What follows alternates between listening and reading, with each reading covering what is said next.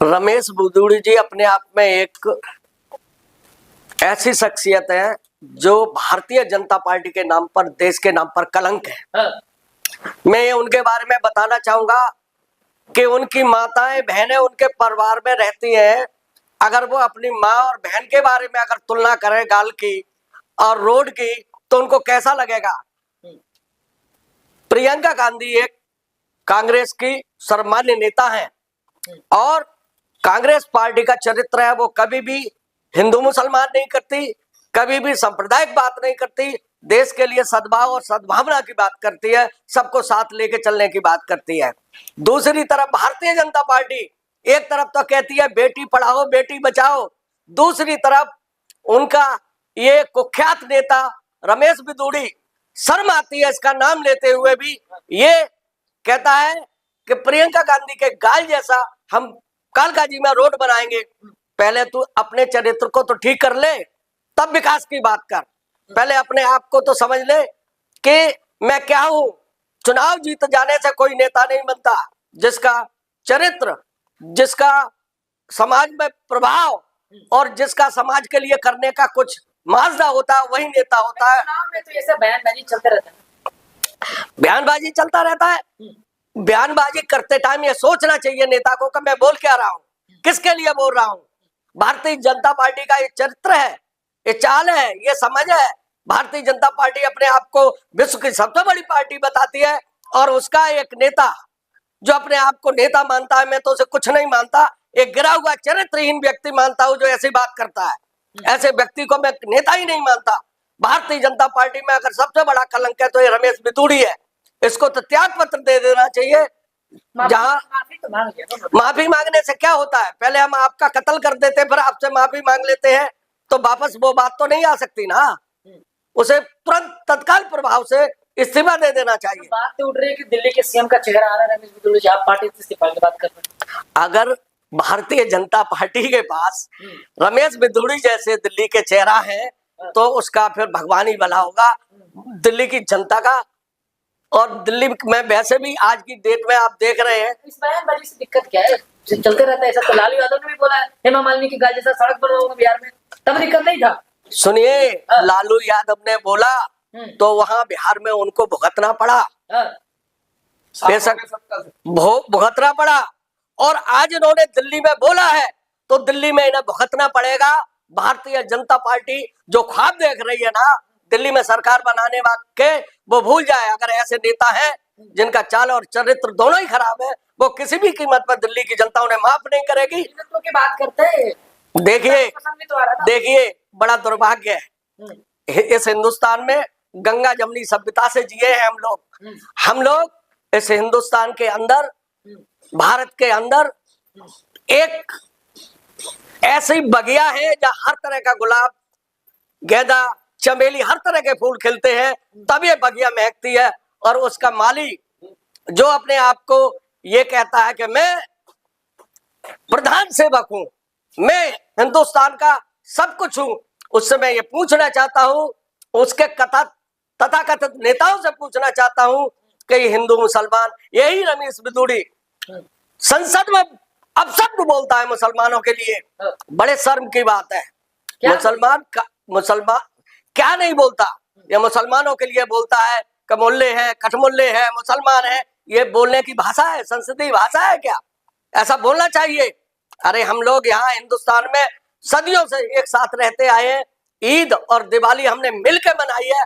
उस संस्कृति को ये नाश करने पे तुले हुए हैं, सिर्फ वोट बैंक की राजनीति के लिए, भाई से भाई को लड़ाने के लिए। अब इनके पास राम मंदिर का मुद्दा खत्म हो गया तो जगह जगह ये मस्जिदों को खोदने का काम कर रहे हैं, मंदिरों को निकालने का काम कर रहे हैं। इनके पास सिवाय हिंदू मुसलमान करने के लिए और भारत में कोई मुद्दा ही नहीं है। इनके पास ऐसा लगता है कि अगर ये मुद्दा खत्म हो गया तो ये शायद भारतीय जनता पार्टी खत्म हो जाएगी। मजबूत कर रहे हैं ना, मंदिर मस्जिद की बात कर रहे हैं, साक्ष्य मिल रहा है हिंदुओं के लिए, मंदिर मिल रहा है, क्यों मंदिर निकल रहा है वहां पे। अरे भाई, तुम जिस घर में रह रहे हो उस घर को खोद लो तो उसके नीचे भी कहीं ना कहीं कब्रिस्तान निकल जाएगा, कहीं ना कहीं शमशान निकल जाएगा। तो उसको अपना घर मत मानो, शमशान मान लो, कब्रिस्तान मान लो। ऐसे होता है कहीं? सदियों से चला रहा है भाईचारा, उसको खत्म करने का काम किया जा रहा है। अरे तुम्हें बनाना ही है तो हिंदुस्तान में तमाम मंदिर है, उनका जीर्ण उद्धार कराओ, उनको आगे बढ़ाओ, वो करने का काम करो। ये सब जो करके देश में जहर बोलने का काम कर रहे हो, हिंदुओं में और मुसलमानों में जहर का कैप्सूल खिलाने का काम कर रहे हो, जब तक ये बंद नहीं करोगे, भाईचारा नहीं उभरेगा तो इस देश का विकास भी नहीं हो सकता। मुसलमान भाई भाई हो सकता है क्या?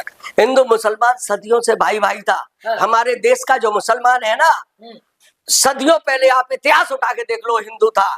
औरंगजेब और आए, हिंदू से मुसलमान बनाया, उन्होंने इस्लाम धर्म कबूल किया। सुनिए, इस्लाम धर्म कबूल किया, लेकिन हम तब भी एक साथ रह रहे थे और अब भी एक साथ रह रहे हैं। कभी हमें मतभेद नहीं हुआ। 2014 से पहले का इतिहास देख लो, बाबरी मस्जिद टूटने से पहले का इतिहास देख लो, कभी हिंदू मुसलमान में फर्क नहीं था। जो आने वाली नस्लों में जहर घोला जा रहा है वो गलत है। कुछ लोग ये कह रहे हैं कि गाय को पूजा करने वाला, गाय के रोटी के साथ खाने वाले कभी भाई भाई नहीं हो सकते। ऐसा है जिनकी मानसिकता गाय की मांस खाने की है या गाय को पूजा करने की है, भाई भाई नहीं हो सकते ना। वो सुनिए, वो एक अध्याय, एक आध्यात्मिक बात अलग है, लेकिन ये कहाँ कैसे आप स्पष्ट कर सकते हैं कि गाय का मांस खा रहे हैं?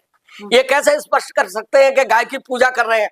मैंने ये देखा है कि जो गाय की पूजा का ढोंग कर रहे हैं, जो गाय गौशाला के नाम पर करोड़ों अरबों रुपया चंदा इकट्ठा कर रहे हैं, वो अपने घरों भरने का काम कर रहे हैं। भारतीय जनता पार्टी के जो नुमाइंदे हैं, जिनकी आज गौशाला चलाने पे गौशालाओं के नाम पर पैसा इकट्ठा करने का काम कर रहे हैं, आज वो एक तरीके से गौ माताओं के नाम पर धंधा कर रहे हैं। बड़े शर्म की बात है। दूसरी तरफ मुसलमान को कहते हैं कि वो मांस खा रही है। हमारे हिंदू मजहब में मांस खाना हम गलत मानते हैं। सुनिए, गलत मानते हो, गलत है, लेकिन गौवंश के ऊपर ऐसे एकदम इशारा करके हिंदू और मुसलमान में बांट देना, ये कोई अच्छी बात नहीं है। रमेश बिदोड़ी जो कि जमीनी नेता, वहां पे कोई टिक ही नहीं पाएगा। ये तो आने वाला जब चुनाव का रिजल्ट आएगा ना, नहीं, जमीनी नेता तब सब कुछ हो जाएगा। जमीनी नेता हो जाना एक अलग बात है, और अपनी जमीन का विकास करना, अपने जो लोग हैं जो हमें चुन के भेज रहे हैं, उनके साथ अच्छा व्यवहार करना, उनके साथ वो ऐसा व्यक्ति है कि अपनी पब्लिक के साथ भी गाली गलौज करता है। विकल्प क्या है बिदोड़ी जी के अलावा? कोई है चेहरा वहाँ? भाई साहब, चेहरा तो हमारे बीच में से ही निकल के आता है। अगर पार्टियां चांस दे तो बहुत सारे चेहरा है, हर विधानसभा में चेहरा है। फिलहाल तो नहीं है ना बिदोड़ी जैसा बड़ा। देखिए, अब तो चुनाव में चले गए, अब ये बात कहना बेईमानी है कि कौन चेहरा है कौन चेहरा नहीं है। अब तो जनता तय करेगी कि वो चेहरा क्या है और कैसे है। बिदोड़ी जी जीत रहे हैं। मैं तो किसी भी कीमत पर नहीं मानता कि बिदोड़ी जी जीत रहे। जीतना हारना एक अलग बात है, जीतना हारना एक अलग बात है, लेकिन अपने आप को नेता स्थापित करना एक अलग बात है। नेता बनने के लिए बहुत बड़ा दिल चाहिए। मोदी जी उनके रैलियों में जाएंगे, सभा करने उनके विधानसभा में, फिर तो जीत पक्की है। अरे बहुत अच्छी बात है। मोदी जी पूरे देश में कई रैलियों में गए हैं, कई ऐसी जगह है जहां पर वो सीट हारे हैं, तो इसका मतलब मोदी जी के जाने से गारंटी है। मोदी जी की गारंटी तो 240 सीट मिलने के बाद ही खत्म हो